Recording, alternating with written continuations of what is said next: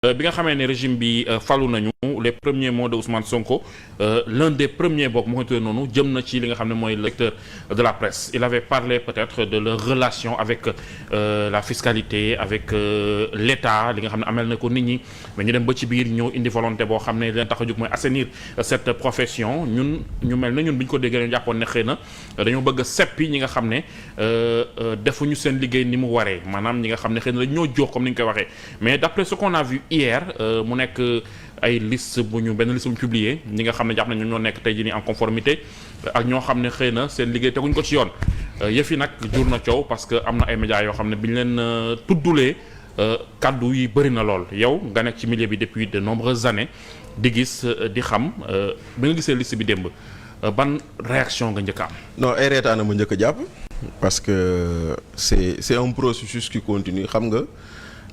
Lu may wax toujours rek ce pouvoir est arrivé là où il est parce que presse dafa jàpp ci dafa doon def liggéeyam ñoom ñu jàppoon ni presse boobu noonu c'était leurs alliés. xam nga nag malheureusement sunu pays nu muy bindoo il y a toujours une presse qui accompagne ce que fait l'État et toujours une presse privée qui accompagne ce que fait l'opposition. Parce que même boo delluwaatee ci histoire presse sax da nga gis ne y a des hommes politiques qui ont créé des journaux dans ce pays.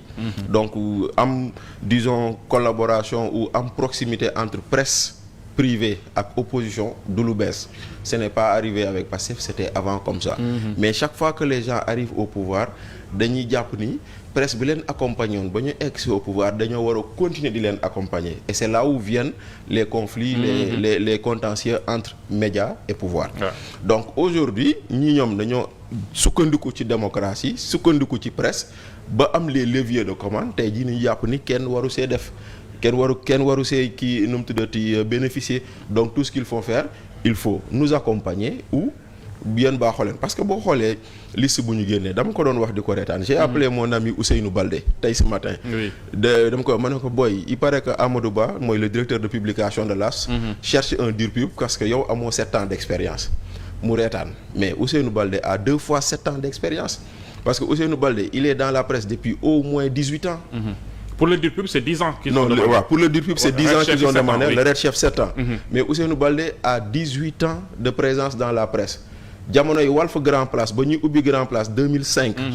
2006 la nekkoon Walf Grand Place ba nu mu fa jógee tey c'est le rédacteur en chef de l'AS. loolu lan lay wane que ne y a non il y a pas de sérieux il n'y a pas de sérieux dans le travail. Parce que boo bëggee ne source a directeur de publication bi amul 10 ans alors que le directeur de publication est diplômé du CESTI depuis 20 ans. Depuis 20 ans, ouais. Donc ça veut dire que le sérieux a manqué il y a un grand problème qui a manqué. Maintenant boo demee ba ci biir da ngay xam ni effectivement day mel ni c'est des gens yoo xam ne dañoo amoon seen ay liste de médias favorables contre une liste de médias qu'on présente comme nos adversaires et que loolu rek la ñu wane ni parce que lii quand même lenn lañ si jublu tiiñal nit ñi jaxase leen ak opinion bi parce que tey jii nii vous n'êtes pas conforme vous n'êtes pas un média reconnu parce que loolu crédibilité médias yi la yàq alors que quelque part boo xool c'est le manque de sérieux au niveau du ministère de la communication et notamment des gens qui ont fait ce travail là moo ñu waral lii parce que tey jii nii on ne peut pas revoir par exemple cette TV dire que c'est pas un média non sérieux c'est pas un média pas sérieux parce que simplement quelqu'un n'a pas fait son travail nécessaire c'est-à-dire la vérification des documents demandés d'autant plus que ci biir commission boobu CNRA mu ngi ci biir. alors que yéen pour ngeen émettre da ngeen am autorisation CNRA mais le CNRA moo leen waroon ne attention kii am na licence d'exploitation.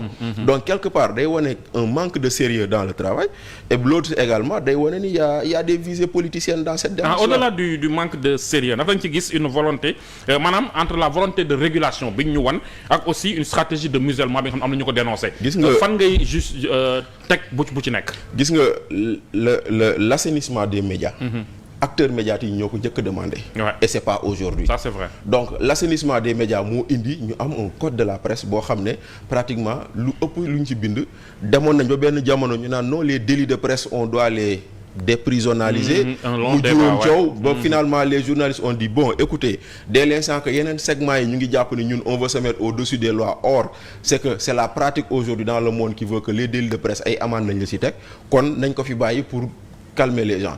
Donc tey jii nii volonté boobu noonu dafa war a continuer mais volonté boobu dañ koy teg ci concertation dañ koy teg ci transparence moo tax nag assainissement des médias boobu noonu ñu si jublu porox ndoll la rek buntu la maanaam prétexte la pour justement faire l'autre pan dont tu parles mooy le musellement des médias qu'on considère comme des médias dissidents comme des médias avec des voix discordantes. Mais loolu li tax mu yomb ci ñoom tey jii ndax gisoo ko ne c'est notre faute ñun la presse parce que actuellement on ne parle pas le même langage. Depuis un certain nombre d'années yëf yi vraiment jaar ci ñun daaneel ñu dafay yomb. non xam nga diviser les médias pour régner c'est la chose que tous les États ont fait. Mais les dernières années dafa gën a garaaw en fait. Oui parce que tey jii boo toogee nga xool président de la République les patrons de presse te demandent une audience.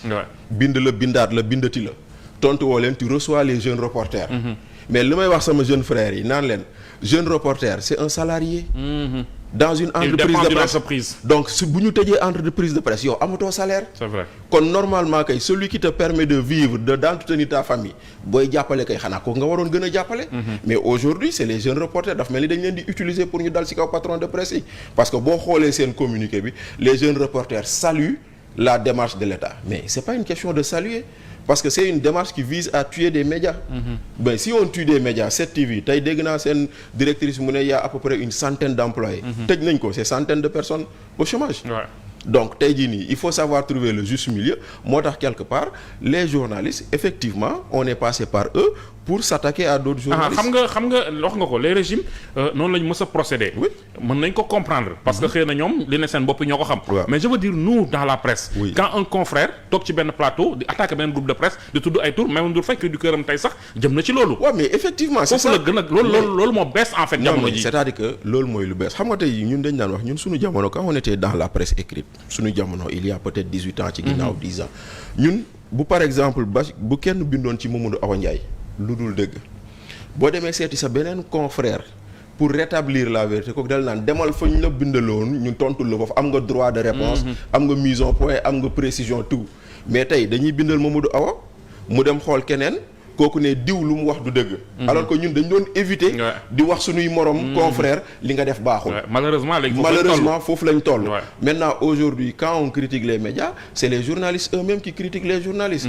Alors que warul woon demee noonu bon je ne dis pas qu'il faut faire un corporatisme de mauvaise aloi mais il faut juste savoir raison garder des fois et malheureusement ce qu'on voit aujourd'hui ce sont des médias ce sont des confrères qui s'attaquent à des confrères et c'est dommage également que les organisations qui sont liées qui nous regroupent se taisent. C'est dommage de voir. Mais justement loolu moo tax sax ku nekk di jéem a waxal sa bopp. parce que Maïmouna Ndour Faye tey jii. bu fekkoon ne c'était senti soutenu par ces organisations yi ngay wax wala défendu wala sax def seen liggéey rek comme ni ñu ko bëggee. amaan tey elle n'aurait pas eu à prendre la parole. Mais bon parce que effectivement bon je vais le citer. parce que par exemple moi je trouve que le CORED a un discours beaucoup plus conciliant avec ce pouvoir-là.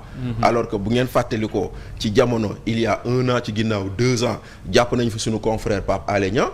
Le CORED avait dit le CORED exige la libération et que c'est une tentative de musellement de la presse. Mais tey jii nii qu'on est en train de museler la presse on n'entend pas le CORED wala on l'entend mollement. Donc voilà foofu noonu. mooy ñoom tam nekkuñu ci logique gu assainir cette profession. bi nga xam ne moom la autorité yi woote. xam nga logique d'assainissement des médias c'est d'abord de mettre une plateforme transparente. de mettre une plateforme boo xam ne boo defee sa liggéey normalement boo jëlee dossier je prends Las TV. nga gis ni par exemple nee nañ rédacteur en chef bi amul 7 ans mais qu'est-ce qui vous empêche de leur envoyer un mail pour leur dire il manque telle pièce. xam nga que ils auraient dû faire ça c'est-à-dire que y a des choses simples banales et à la limite idiotes. nañ surtout ku defar tax a jóg waaw bu dee ku defar tax a jóg. parce que tey jii nii nit mën nañoo déposer benn formulaire ñu ne ko il manque ça mais on va pas tout rejeter. sa plateforme bi taxul ko baax à 100%. voilà il y a eu des failles il y a eu des failles am na ñoo xam ne ils ont été obligés d'aller à la direction de la communication pour avoir de l'assistance pour ñu mën a inscrire. mais boo inscrire nga gis ni. critères yi manqué nag surtout que tu demandes le CV du rédacteur en chef ñu jox la ko xëy na dafa réer ci biir document yi. mais qu'est-ce qui t'empêche de faire un mail. de demander bu ñu toogee ñu naan télé bi amul autorisation yow ngay CNRA nga bokk ci commission bi mais li la war mooy nga ne attention voici les télés yoo xam ne autorisé nañ leen. parce que bu fekkee ne ñoom li ñu wax dëgg la donc am na quelque part ñu bokk ci jotaay bi ñu deful seen liggéey. mais vraiment moo tax ma naan la man ba ma déggee liggéey bi ça m'a fait sourire. Ça m'a fait rire de voir que par exemple un travail aussi important a été fait de façon tellement bâclée que da ngay jàpp ni finalement il y a d'autres considérations que vraiment la volonté d'assainissement de la presse. Parce que amul benn journaliste buy bañ ñu assainir les médias le milieu. Mais peut-être que démarche bu ñu ci def ak yoon bu ñuy jël xëy na mooy indi suspicion yi te mënoon nañ ko. la moo tax mënuñu dissocier génnee politique ci mbir mi ci sa gis-gis. waaw mais c'est parce que y a beaucoup d'autres actes derrière xam nga Mamadou tey jii nii jëlal nguur gi dafa egsi. Première chose on envoie les impôts. Moi je considère que c'était même pas demander du nu mu tuddati des impôts, c'était de l'inquisition fiscale. ngeen ñëw ngeen tëj compte organe de presse yëpp ñii 40 millions la lii 100 millions la ñii ñeneen la et cetera. si kaw benn boo xam ne bii vous êtes revenu d'aussi seen droit la parce que président bu fi jógee moo baale woon yéen ngeen ñëw bu ne baalewu leen am ngeen ci droit. On ne vous le reprochera pas mais nga jógee foofu noonu nga dal fan nga indi TDS pour ñu laaj ay redevances. nga jógee fa nga indi ARTP pour ñu laaj ay redevances nga toog ba mois de juin nga gis premier ministre def benn note de service mu ne il faut suspendre tous les contrats publicitaires. Donc tu le suspends. Boobu moom ça fait beaucoup de mal aux médias. Non mais attends loolu sax c'est le premier mal. Le deuxième moo di ni on suspend les contrats publicitaires. Ok mais les prestations déjà effectuées. da nga ko war a fay. Normalement ndaxte entre janvier ak juin boobu décision boobu di génn y a quand même eu des contrats. C'est vrai. Contrats yooyu noonu exécuté nañ ko ici on a vu de la pub passer feneen ak feneen lu tax loolu noonu nga xam ne lu ñu exécuté la nit ki liggéey ko nga war ko fayoo ko. xam nga loolu benn la mais même sax rompre les contrats de manière unilatérale loolu banditisme la en fait. du yëf nit parce que ça ne se fait pas. Ça ne se fait pas. Ouais. C'est-à-dire que moo tax da ngay gis ni quelque part c'est comme s'il y a un esprit de vengeance un esprit de défente et de fayanto avec les médias or warul demee noonu. Donc gis nga processus bii ñu toll tey jii nii da nga naan que c'est l'aboutissement la continuation moo tax ma naan la. C'est vrai que la volonté d'assainissement ñëpp a koy wax. ñëpp a koy bëgg mais les méthodes et le passé fait que la volonté politicienne de musellement des médias est plus flagrante. fi mu toll nii est-ce que mën na baaxati les recalés disposent de 72 heures pour se mettre en règle maanaam loolu benn étape la. buñ ci jógee lan moo nar ñëw yàlla rek a xam mais li ma ko wax mooy est-ce que fi ñu toll nii mën nañ toogaat je sais pas tëggaat yëf yi xoolaat wala cette volonté jàppoo ne mi ngi ci ñoom jamono ji. non lenn rek laa xam ni moom ministre de la communication mën na ko def. ndaxte tey jii nii. xoolal lu ñuy naxee nit ñi naan way yokk nañ aide à la presse bi def nañ ko 4 milliards jóge na 1 milliard. mais ci ñaan la nar a dem. mais problème bi du loolu problème bi au-delà du si ñaan la war a dem ñaareel bi il ne s'agit pas de l'aide à la presse gis nga entreprise de presse yii yu mu ci mënti doon bu ñu sañoon du ñu am aide te ñu continuer nekk des entreprises viables. c'est vrai duñ ko soxla. Voilà duñ ko soxla c'est-à-dire que la finalité c'est d'accompagner les entreprises à être viables. C'est pas à leur faire une aide en perfusion continue. Parce que tey jii nii Mamadou Awa bu fekkente ne mu ngi dund état di ko jox publicité à travers les structures publiques et même des privés. soxlawul aide à la presse. parce que loolu la ñu soxla loolu la ñu war donc tey jii nii lu ñu si jublu moo di ni benn quand tu vas dire. mais aide bi sax doguma la est-ce que aussi parce que parmi les médias reconnus am na ñoo xam ne vraiment ñàkkul tax nga say nopp ba nga leen gisee. mais est-ce que du am na ñu bëgg a dimbali te xamuñu fu ñuy jaar. non mais mooy loolu rek c'est-à-dire que xam nga aide à la presse bii jàll quand on a même donné à des gens qui ont des pages Facebook.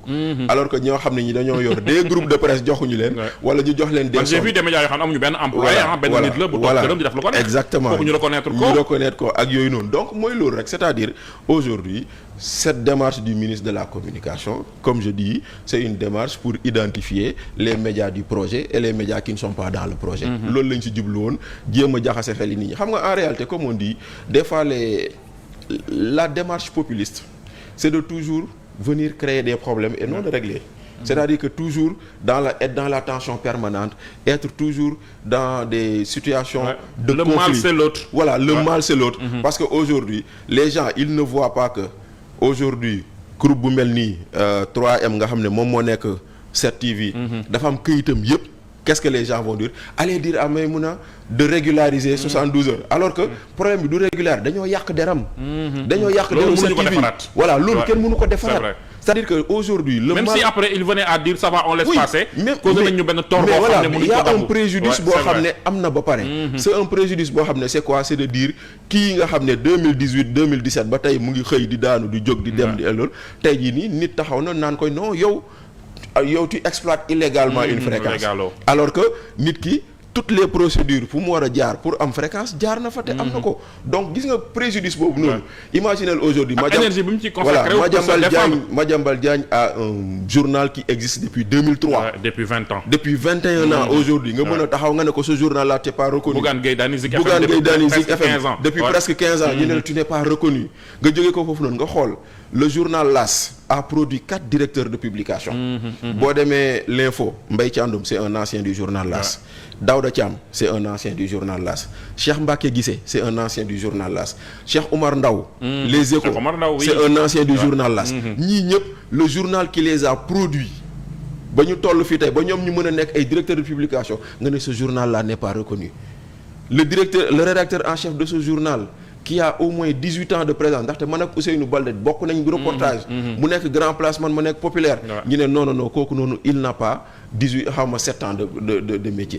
Donc voilà c'est-à-dire que on te cause un préjudice boo xam ne day tegu fii te même s'ils ont rectifié derrière le mal est déjà fait comme disait feu Mame Less Camara yàlla na ko yàlla yërëm daf ñu doon wax bu ngeen di bind leen lu wër parce que ñiy jënd journal bi tey boo nee diw sàcc la bu subaa nga ne rectifier naa damaa juum ñi jëndoon journal bi tey mën nañ bañ a bokk. pas forcément kon nag ñii nga xam ne jot nañoo jënd journal ba jàpp ni diw sàcc la ils se sont fait une idée loolu la ñuy yóbbaale et donc voilà ce qu'on est